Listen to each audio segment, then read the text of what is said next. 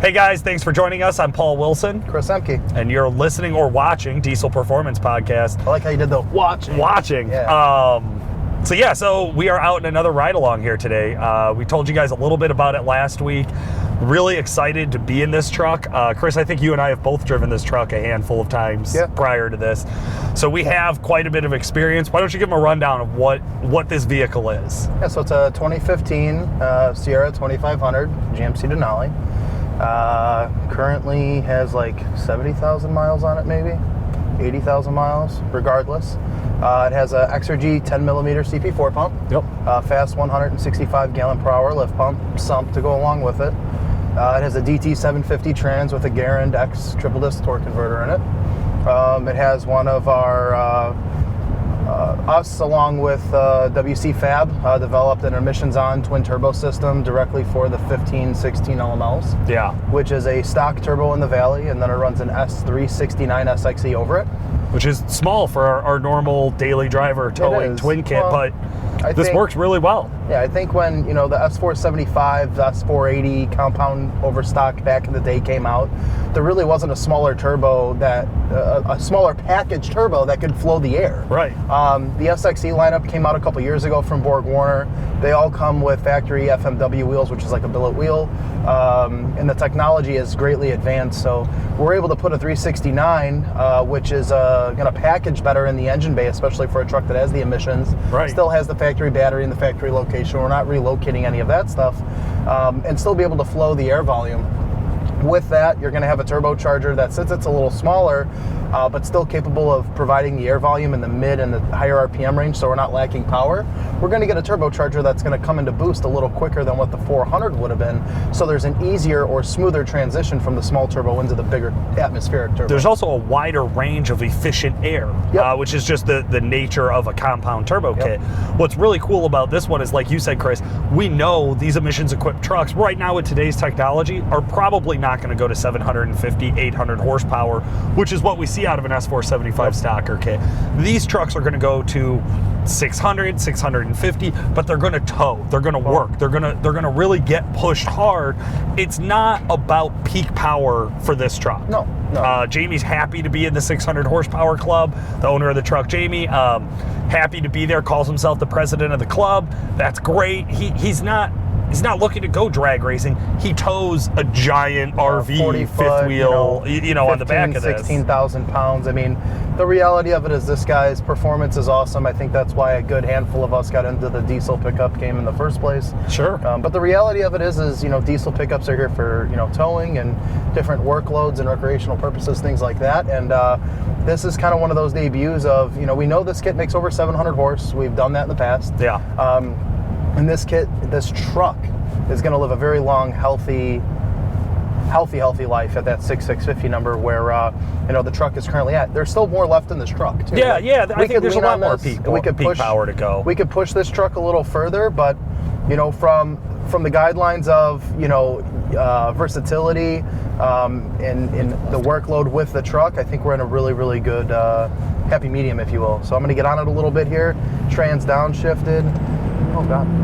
And that's the thing. It's just like we always say with a twin kit is they're so smooth. The transition of power, it's not that big single hit, which hey, I get it. It's a lot of fun. It's a great thing to do when you're 18 to throw a big single on your truck and just let all that power ramp up and hit you at once. This, it just feels like there's always more pedal. It doesn't matter how hard you lean on it, what RPM you're at, what speed you're at, no matter what you do in this truck, and this is what we find in most of our appropriately sized street-style twin-turbo trucks, is you can always lean on it, and it feels like you can always go farther. And that's just a lot of fun, man. It just makes the truck a blast to drive from day to day. Well, I think one of the big misperceptions, and I've brought this up in the past with guys that call in or email in or whatever, I want to build this, but I don't want a race truck. Okay, well, I recommend this part. Well, my buddy has that on his, and he has a race truck, In the diesel world, there's a lot of different components that are versatile for different applications. Yeah. So, adding a lift pump on a truck that's going to be more performance-oriented is awesome because of the features and benefits, but it's also going to be very utilizable for a stock truck or for someone that's not going to be as an aggressive horsepower number and is still looking for better efficiency, reliability. Twin turbos, yeah, oh my God, you have twin turbos, you have a fast truck. Well, yes, twin turbo trucks are generally going to be able to create more power because of the air volume there, but when you piece the fuel system and the air system together to work in a certain manner, right, you're setting that truck up to work a certain way. Well, purpose built. I think that's what we're talking about, right? Is this truck was designed for not just a singular purpose, but with a set of priorities that made sense for the owner of the truck. You know, like we said, Jamie tows very heavy when he does tow, and then other than that, he daily drives it. He's just back and forth. You know, it's probably doesn't break 60, 65 miles an hour most weeks. Like just he goes weeks without having to drive. You know, it's super high speeds or to tow something very heavy. So it's about having it when you need it, and then also having something that is going to feel like it's a lot of fun. Because I know we got some young guys in the shop who try to get on this truck on the side by side, and it's a hard one to beat, man. I mean, it's just to be real. We don't want to tell. Please, nobody tell Jamie we said this. I mean, he'll see it. I don't know. See if he can figure out his phone. But but yeah, but it's one of those that this is that kind of setup. And let's go through these parts and just kind of talk about why each one of these was added. Yeah. So I believe the lift pump was the first thing done. The lift pump and tuning were like the first thing. So tuning's always going to give you the most bang for your buck. There's just no way around it. Truck. Yep, yeah, absolutely. Right. And the lift pump holds a lot of significant value as far as fuel filtration, water separation, you know, offering a more consistent, you know, fuel flow to the CP4 pump or CP3 for that matter. Especially on an LML. Yeah, I mean, especially, we know about CP4 failures. There's no mystery. We're not hiding anything there. I mean, I'd even go a step further than that and saying, especially for a Duramax. Yeah. 01 to 16 Duramaxes do not have lift pumps in the tank or supply pumps in the tank like various other manufacturers offer. So I think that's one of the big values that you know these trucks would benefit from. So, absolutely. Usually, you know, when we're talking about upgrades, lift pump and tuning on one of these trucks with a sump, that's numero uno. Yeah. First round. Absolutely. And then the built trans was done preemptively. Usually in an LML, you could stretch out this trans to an easy 550 horsepower. We see a lot of guys running at 600 horsepower, maybe even squeezing that 640, 650 number out of it. It's a question of how long will it last. You know, Jamie is big, and when you guys next week watch, or last week, I forget where we fell in rotation here, but when you guys are looking through like the recreational towing video we did with Jamie. That'll be after this. That'll be after this. That'll be next week.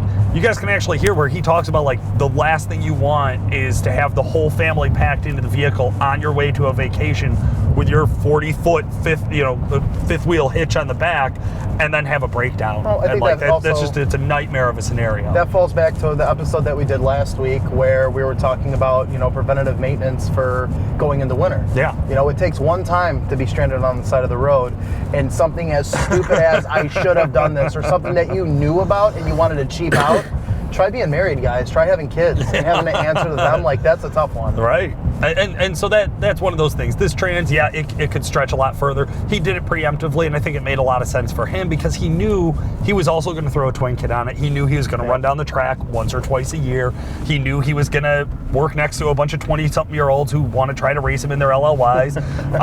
You know, he knew that this truck was going to get some legs stretched on it, right? And so if that's the case, go ahead, throw the trans in it. And I think around that time is also when he did the traction bars. You know, traction bars keep the rear end planted. It's more or less a stability thing. That's an insurance policy, in my opinion. Yeah. And then, you know, the last round of parts, of course, that's where all the magic really comes to life. Well, then we get under that. Then I would say we get into a different cost tier and a different performance tier, right? Because different you're running goals. All that on a stock CP4 and a stock turbo, which that truck that we just described is a solid 500, 520, 550 horsepower truck, depending on where we lean on it or what dyno we're on. And it's going to be a blast. Most guys are going to be like, this is all I ever wanted out of a vehicle. Downfalls at that power level, though, turbochargers out of lung. You like the added power in a max effort scenario, but it's not smart to tow at that power level because of the turbocharger's inefficiency to provide air volume. So there are things there that, you know, now you have to be a little bit more weary on as far as, you know, how the truck operates. Right. Again, the last round of parts, it's a different price tier. You know, we're going from $1,000 tuner, $1,000 fuel lift pump to, you know, $1,000 set of traction bars, you're good. Then you throw a $5,000 trans in it like he did, prepping himself for the $5,000 turbo kit and a couple $1,000 injection pump. Right. But those two modifications under the hood, being the CP4 10mm from Exergy Performance and the twin turbo emissions on kit from WC Fab Duramax Tuner, took that truck from a warm running 550 horsepower truck that when towing you're probably around 450 to a truck that can make 650 wheel horsepower, tow at 500 wheel horsepower, run extremely efficient, broaden the torque curve, broaden the torque curve, allow the engine to come into boost at a very early RPM and maintain that boost curve to just allow the truck to do what it was designed to do from the factory in my opinion, a much more efficient manner. Absolutely correct. Yeah, no, I couldn't agree more. And so like we say, you know, we know this is a little bit different tier of performance and a different tier of cost, but if that's what you're after, if you went out and you bought the Denali because you like to have the really nice, the best version, you know, of that vehicle, and then you tow and you are in those extreme circumstances and you're like, man, what I want out of my truck is something a little bit more. Those options are out there. You know, we can do that too. The other fun thing is, like, right now we're just on the back roads cruising at a very reasonable speed, and the truck drives great, man. It is silent. You hear the lift pump probably more than anything. Yeah, I can hear the turbos when you lay on it. You can hear the secondary charger come to life once you really, you know. But not much. It's not like overbearing. There's no drone. If it wasn't 30 degrees out, we'd ride with the windows down. There'd be no drone. You wouldn't be able to hear this thing. It doesn't smell up like just, you can park it in your garage and let it run for a few minutes and it doesn't reek like diesel fumes. There are advantages to having your truck set up with the emissions equipment. I think the biggest thing that really isn't discussed, because emissions on twin turbo trucks really aren't like a staple in the industry right now. Sure. And I think the big thing that a lot of listeners and a lot of customers ask, or potential customers ask, is, well, you're making this type of power, but what's regen cycles? You know, that's a great point. So, you know, one of the things, you know, I myself, I'm very blessed. I have the luxury of having a twin turbo Cummins, very similar setup, very similar power level. Me and Jamie have similar miles. We tow similar weights, right? So we use the truck very similarly. This, I think, it drives a little nicer as far as the Allison transmission is concerned, considering or compared to my RevMax 68. So that is what that is. But you know, two different trucks, but at the same time, regen cycles. So a factory truck, I would say on average regens what, every 350 miles? Yeah, I'd say probably a little bit more than that. It should be more than that, but yeah. Then we go and we tune the truck. You know, we work with lambda limitations, air fuel limitations. We work with how the truck comes into its boost curve to maintain or to manipulate the fuel that the engine is given, if you will. And I would say with a tuned emissions on truck, if the truck is healthy, we could see 400, 450 miles in between cycles. Yeah. Right? Then we go into the twins, bigger injection pump, ask a little bit more fuel volume. Making more power. More power. And the trucks, I mean, my 2015 Cummins regens, I would say on average every 800, 900 miles. Yeah. Jamie's on average is between 700 and 800. Yep. You know, so we always talk, you know, when we go on these trips or, you know, we're towing, whatever. Oh, when did your truck regen last? He's like, well, when did yours regen last? You know, so, you know, we compare penis sizes from time to time. Well, of course. And one thing we will say is we know that trucks will get a longer distance between regen if you're towing. Yep. So if you're a guy who drives empty and you're like 800 miles between regen and the only way I ever drive my truck is, you know, 4 miles down the road a day, well, you're never going to see that, right? Short trip in the truck really hurts you on regen frequency. Being under highway speed, like anytime you're driving around in town 30, 45 miles an hour, hurts your regen frequency. So if you can get out on the highway and get a load behind this thing, it's going to build heat in the exhaust. You're going to get a passive regen for a lot of that. That's why you're getting so long between active regens, is the truck is just organically or naturally building the heat it needs to standard, just kind of burn off some of that soot as you go. And so that's going to be a huge help. Now, driving unloaded, I'd imagine you guys probably aren't seeing 800 or 900 miles or 700 or 800 miles between regens. My guess is you'd be closer to that 400 to 500, which is one thing I notice is that stock trucks, in my experience, generally, I'd say 300 to 500, 300 maybe on the higher mileage like LML or early generation Cummins, things like that. But you know, your standard 15 Denali with a reasonable amount of miles like this. Turn left before the light here. We're gonna go meet Justin. But yeah, a vehicle like this, I would say I would expect about 400 to 500 miles between regens, which is right in line, man. I mean, to be honest with you, same thing as DEF usage. That's the other one. I always get guys asking, well, doesn't it use twice the amount of DEF because you're making, you know, almost twice the horsepower, right? Well, no. I mean, that it just is consumed by NOx production, so that's more or less workload that the truck is under. So it's understanding how to balance the EGR. When we use the EGR, we reduce the NOx emissions. That's why we have EGRs, right? That's the whole science behind it. Using the inert gas from the exhaust, using air that has already had all the oxygen burnt out of it, makes it inert gas.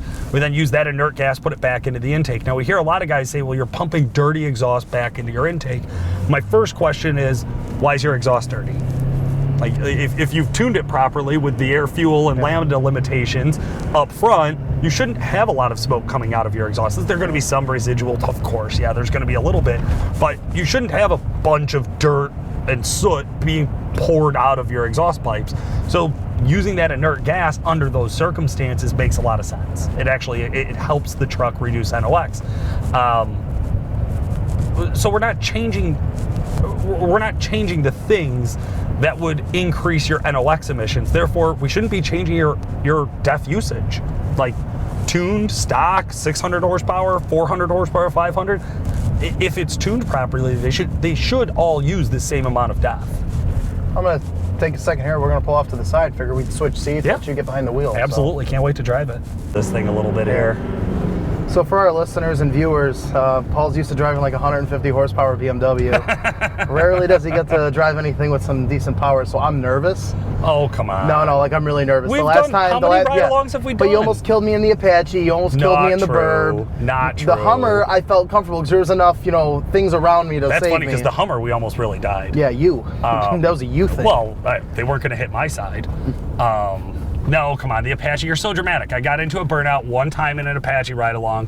The truck started wheel hopping. I backed out of the throttle, and Chris tells the story as I almost killed us. The truck jackknifed, things went really south. No, it wasn't that bad, but... we have video. I don't want to be in the oh shit situation with you, and I don't trust that you can correct don't hit the camera, because I know the camera's right by the oh shit handle there, so don't hit the camera. No, listen, this truck is just a blast to drive.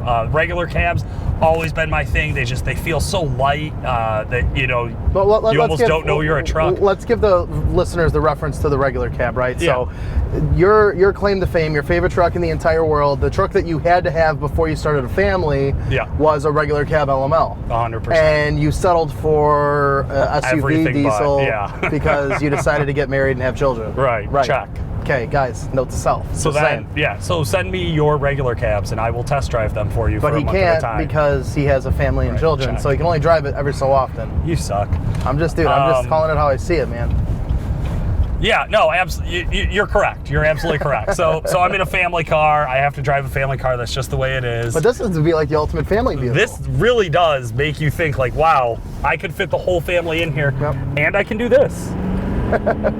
Which is, I'm glad there's not an actual camera on our speedometer right now, is what I can say. I mean, he usually drives around 35, 40. We're doing 65, 70. I do. I drive like such an old man. Yeah.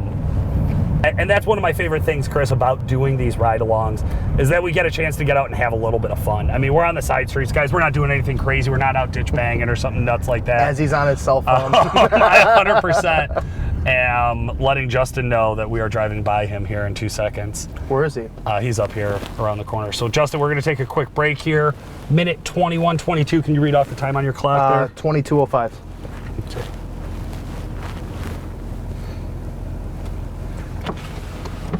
Dude, Justin's like super creative with shit. You ever heard the song Breaking the Law, Breaking the Law? When you're grabbing your phone and grabbing it, I hope he inserts that there. That would be so funny. All right, and we're going. So yeah, I absolutely do have a family car these days, Chris, and it means that I don't get to get out and have a lot of fun in the full-size truck that has the power. I do drive a compound turbocharged diesel vehicle, but it's nothing like this. There's no S369 under the hood, spooling up and taking off. I'm pretty sure the secondary turbocharger in your SUV is smaller than the factory one on this. Yeah, it 100% is. So that's one of the things and we've driven a lot of these LMLs that have a Stealth 64 or a Stealth 67 in them as a single. Nice. And they do. They drive great. Nice. I love them. Mike Gutshell's truck. You've driven Mike's truck. It's a blast. It feels great. It spools up. It takes off. Now there's the but. Yeah, this is just better. I mean, there's no other way to put it, is that this truck, to go out and drive this truck in every way, under every circumstance, is better. And honestly, I think if you put somebody in here who didn't know a lot about diesel performance, they would never know this is a twin turbo truck. Well, I mean, I think one of the things that's really cool, I remember, I'm not going to mention names or anything, but we we go to an event last year, and I had used my my 2015 for the display for the booth. Right. It had the hood pop. And some people walked by and they go, I don't know why these people would even consider leaving this truck here on display. It's stock. And his buddy looks at him and goes, well, you see that right there? And they're staring at the turbochargers. And he goes, that's not the stock turbocharger. There's another one under there. And then all hell broke loose. They were like asking questions, then they were excited.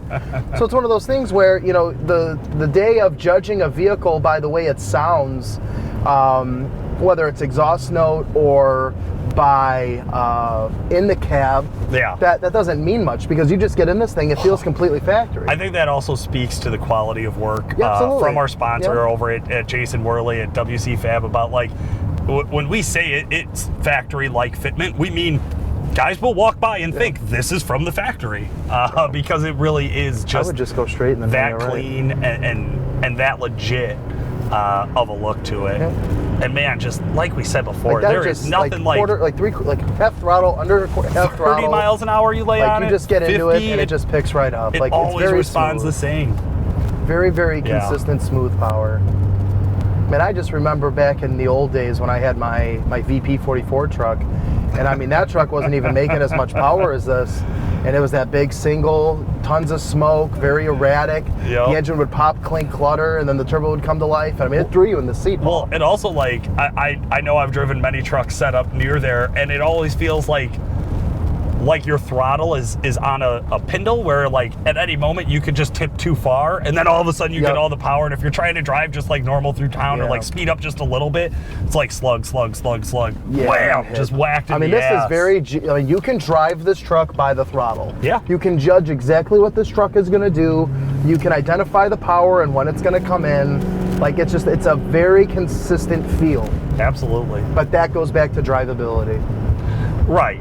And we're going to have another Diesel Insights video coming out soon over at Duramax Tuner, guys. Make sure to check it out. It's on what is drivability, because I think that's something that's a very confused, very loosely used. Yeah, it's a loose term, and the drivability term is only as good as the company or tuner that's talking about it. So yes, you can throw a big S400 on a truck as a single with big 150 overs and dual injection pumps, stroker or non-stroker pumps, and you can make that truck drivable. Right.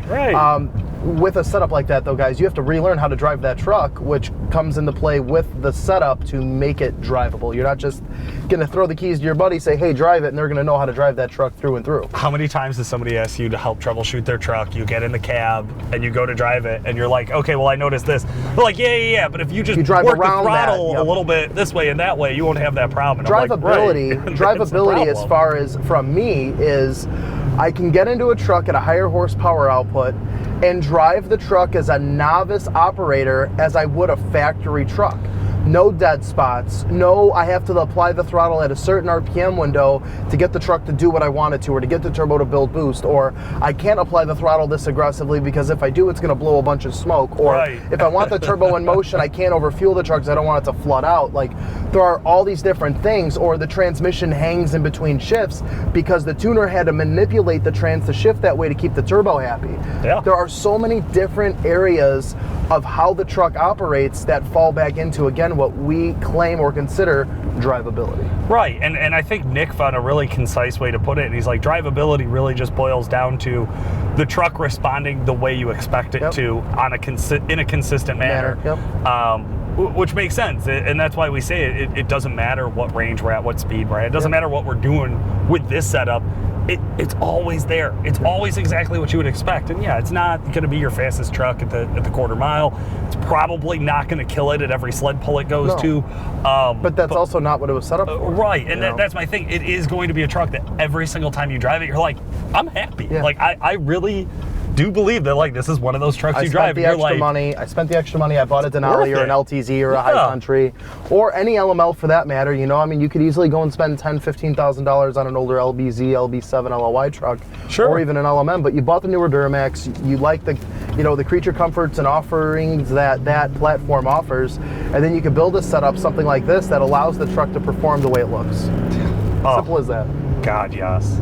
So it really is. Just every time I hit this throttle, man, it brings a smile on my face. It's fun. You know, we haven't done one of these ride-alongs in a while. We've talked about it for a while. I know. I did the last one with Nick in that 2020 in the middle of an actual blizzard. I think I was dying with pneumonia or something. Yes. Then. Yeah. You were being a little girl calling in sick. But no, listen, guys. This today has been a blast. We love coming out in these trucks. We love doing these trucks. If you're in our area or you want to come drop your truck off, we'd be happy to feature one of your trucks on the show. If you request for Paul not to drive, completely respectable. We can make that happen as well. So no worries there. Sure. For today, this has been Paul Wilson and Chris Hemke, guys. Thanks for watching. Thanks.